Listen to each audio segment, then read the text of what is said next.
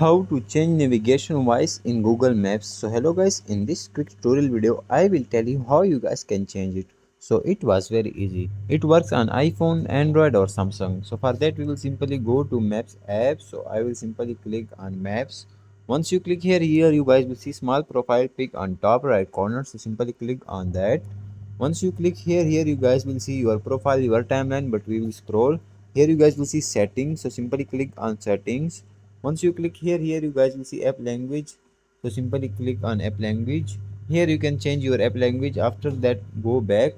Now scroll. Here you guys will see navigation. So simply click on navigation.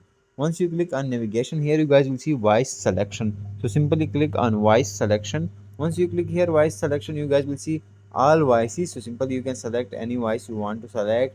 Also you can select the language you want, and that's it. Thanks for watching.